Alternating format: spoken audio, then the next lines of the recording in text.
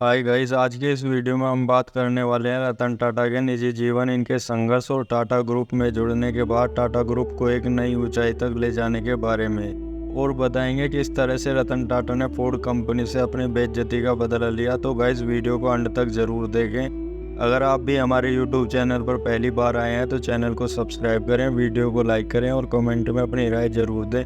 तो चलिए शुरू करते हैं। रतन टाटा का जन्म 28 सितंबर 1937 को गुजरात राज्य के सूरत शहर में हुआ था। इनके पिता का नाम नवल टाटा था, जिन्हें रतन टाटा की दादी यानी नवजबाई टाटा ने गोद लिया था। दरअसल नवजबाई टाटा के पति की मृत्यु के बाद वह अकेली पड़ गई थी, जिसके बाद उन्होंने रतन टाटा के पिता को गोद लिया था। रतन टाटा की माता का नाम सोनी टाटा था।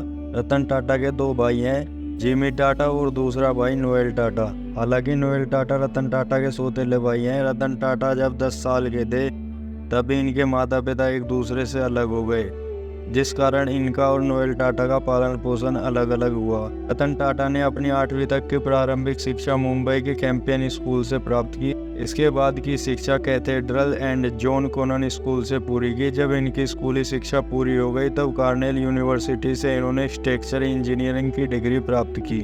1962 में इनकी स्नातक डिग्री पूरी होने के बाद हार्वर्ड बिजनेस स्कूल में प्रवेश लिया और 1975 में एडवांस मैनेजमेंट का कोर्स भी पूरा किया। रतन टाटा ने अब तक शादी नहीं की, लेकिन बहुत ही कम लोग इसके पीछे का असली कारण जानते हैं। दरअसल रतन टाटा के जीवन में एक लड़की थी जिनसे उनकी मुलाकात अमेरिका में हुई थी। हालांकि यह इनके जीवन में एक इतिहास की तरह था, लेकिन इस इतिहास के बारे में भी इन्होंने अपने किसी एक इंटरव्यू में बताया था। उन्होंने बताया था कि जब वे लॉस एंजलिस में थे तब स्नातक करने के बाद वहीं एक आर्किटेक्चर फर्म में नौकरी कर रहे थे। उस समय उनके पास खुद की कार भी थी और सब कुछ अच्छा चल रहा था, लेकिन अचानक से उनकी दादी के बीमार होने की खबर आई, जिसके कारण उन्हें अपनी दादी को देखने के लिए भारत आना पड़ा। भारत आने से पहले वे अपनी प्रेमिका से मिले और उसे वादा किया कि वे केवल उससे ही शादी करेंगे। उसके बाद वे भारत आ गए, लेकिन इस बीच 1962 में भारत और चाइना के बीच जंग शुरू हो गई, जिसके कारण वो वापस लॉस एंजलिस नहीं जा पाए और उनकी मुलाकात अपनी प्रेमिका से नहीं हो पाई। उसके बाद उनकी प्रेमिका के घर वालों ने भी इस जंग को एक मुद्दा बनाकर इस रिश्ते को ठुकरा दिया और उसकी शादी किसी और से करवा दी। लेकिन रतन टाटा ने अपनी प्रेमिका को जो वादा किया था वह अपने वादे पर अडिग रहे, और यही कारण है कि रतन टाटा ने अब तक शादी नहीं की। रतन टाटा ने अपने कैरियर की शुरुआत कैसे की? रतन टाटा के कैरियर की असली नींव तब रखी गई जब उन्हें टाटा ग्रुप के साथ काम करने का मौका मिला। हालांकि रतन टाटा ने तो अमेरिका में ही बसने का सपना बना लिया था और लॉस एंजलिस कैलिफोर्निया में जोन्स एंड एमोन्स में थोड़े समय के लिए काम करना शुरू कर दिया था। लेकिन अचानक से उनकी दादी की तबीयत बिगड़ गई, जिसे देख रतन टाटा को वापस भारत आना पड़ा। हालांकि भारत में आने के बाद वे IBM के साथ जुड़ गए, लेकिन JRD टाटा को यह पसंद नहीं आया कि रतन टाटा वहां पर काम करें। इसलिए उन्होंने रतन टाटा को टाटा ग्रुप में बुला लिया, जिसके बाद 1961 से रतन टाटा ने टाटा ग्रुप के साथ काम करना शुरू किया।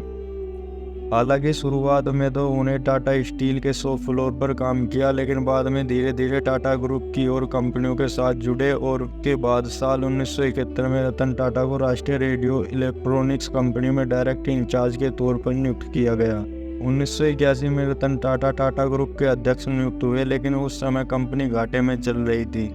उस साल के अंदर ही रतन टाटा ने अपनी मेहनत और लगन से कंपनी को काफ़ी मुनाफे पर पहुंचा दिया। उसके बाद 1991 में इन्हें टाटा ग्रुप का उत्तराधिकारी बना दिया। जैसे ही रतन टाटा टाटा ग्रुप को संभालने लगे, टाटा ग्रुप की किस्मत ही बदल गई। इनकी मेहनत और बलबूते पर यह कंपनी इतना आगे निकल गई कि मानो मार्केट में टाटा के अलावा कोई और कंपनी हो भी ना। रतन टाटा के कार्यकाल में टाटा कंसल्टेंसी सर्विसेज ने पब्लिक इश्यू जारी किया।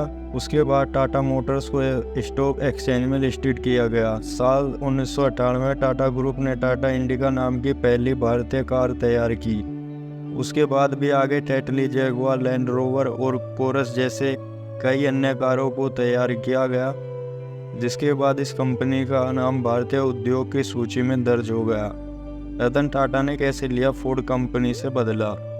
रतन टाटा बहुत आत्मसम्मान वाले व्यक्ति थे। कहा जाता है कि 1998 में जब इन्होंने टाटा इंडिका लॉन्च की थी, उस समय शुरू में इंडिका का प्रदर्शन बेहतर नहीं था, जिसके कारण रतन टाटा को किसी ने टाटा इंडिका को फोर्ड के हाथों बेच देने की सलाह दी।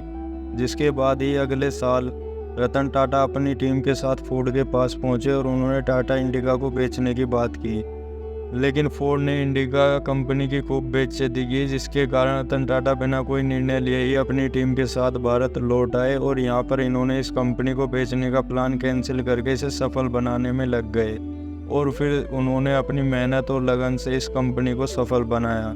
उसके बाद साल 2008 में जब आर्थिक मंदी के कारण फोर्ड की बिक्री 50,000 यूनिट से भी नीचे पहुंच गई और यह कंपनी दिवालिया की स्थिति तक पहुंच चुकी थी, उस समय स्वयं टाटा मोटर्स ने ही फोर्ड को खरीदा। इस तरीके से रतन टाटा ने जैगुआर लैंड रोवर को अपनी उदारता दिखाई। रतन टाटा जैसे शख्सियत जो जीवन में सफलता की ऊंचाई पर हैं, लेकिन इसके बावजूद वे अपनी अमीरी पर कभी घमंड नहीं करते। यहाँ तक कि ज़रूरत पड़ने पर खुद वैसे काम भी करने को तैयार हो जाते हैं जो उनकी पर्सनैलिटी को मैच नहीं करते। ऐसी ही एक घटना तब हुई जब नेल्को की सीनियर ऑफिसर की टीम रतन टाटा के साथ मुंबई से नासिक की ओर जा रही थी, लेकिन आधे रास्ते में ही कार का एक टायर पंचर हो गया, जिसके बाद गाड़ी में सवार सभी ऑफिसर नीचे उतर गए और ब्रेक का आनंद लेने के लिए एक तरफ सड़क पर खड़े होकर सिगरेट जलाकर टाइम पास करने लगे। उसके बाद उन्होंने देखा कि रतन टाटा तो उनके बीच है ही नहीं। पहले तो उन्हें लगा कि शायद रतन टाटा चाय पीने या किसी से बात करने के लिए कहीं रुक गए होंगे, लेकिन बाद में देखा कि रतन टाटा शर्ट की बाहों को ऊपर कर, टाई को गले से कंधे पर डालकर और माथे से पसीने की बूंदें टपकाते हुए हल्की मुस्कान के साथ जैक से स्पिनर को घुमा रहे हैं और ड्राइवर की टायर बदलने में हेल्प कर रहे हैं। यह घटना उन सभी सीनियर ऑफिसर के लिए बहुत ही प्रेरणादायक थी और यह घटना हमारे लिए भी प्रेरणादायक है। इससे हमें भी सीख मिलती है कि जीवन में आप चाहे कितने भी मुकाम क्यों न हासिल कर लें, लेकिन कभी घमंड नहीं करना चाहिए। साल 2008 में नई दिल्ली में आयोजित ऑटो एक्सपो टाटा ग्रुप के द्वारा नैनो कार का उद्घाटन किया गया। नैनो भी रतन टाटा के ही सोच का एक हिस्सा थी। इस कार की कीमत 1 लाख थी। इस कार को लॉन्च करके रतन टाटा ने उन लोगों के सपने को पूरा कर दिया जो कार को खरीदना सपने की तरह समझते थे। इस कार को लोगों द्वारा खूब पसंद किया गया।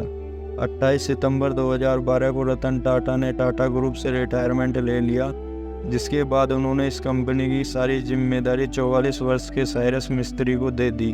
उन्होंने इस कंपनी के नए उत्तराधिकारी के रूप में साइरस मिस्त्री को घोषित किया। बता दें कि रतन टाटा की अपनी कोई संतान नहीं है क्योंकि उन्होंने शादी नहीं की थी, इसलिए उन्होंने कंपनी के नए अध्यक्ष के रूप में साइरस मिस्त्री को नियुक्त किया। साइरस मिस्त्री रतन टाटा के सौतेले भाई के साले हैं। रतन टाटा न केवल एक सफल उद्योगपति हैं बल्कि दिल से भी एक बहुत अच्छे इंसान हैं। उनकी इंसानियत को आप इसी बात से समझ सकते हैं कि एक बार रतन टाटा की फैक्ट्री में काम करने वाला मजदूर 2 सालों से बीमार था। रतन टाटा न केवल उसके इलाज का खर्चा उठा रहे थे बल्कि एक बार तो उनको देखने उसके घर भी गए। 2008 में मुंबई के ताज होटल में 26/11 हमले में जितने भी कर्मचारी को नुकसान हुआ, टाटा ग्रुप ने उन सभी के नुकसान का मुआवजा 20 दिनों के अंदर ही प्रदान करवाया। यहाँ तक कि उन लोगों के घर जाकर हर संभव उनकी मदद की।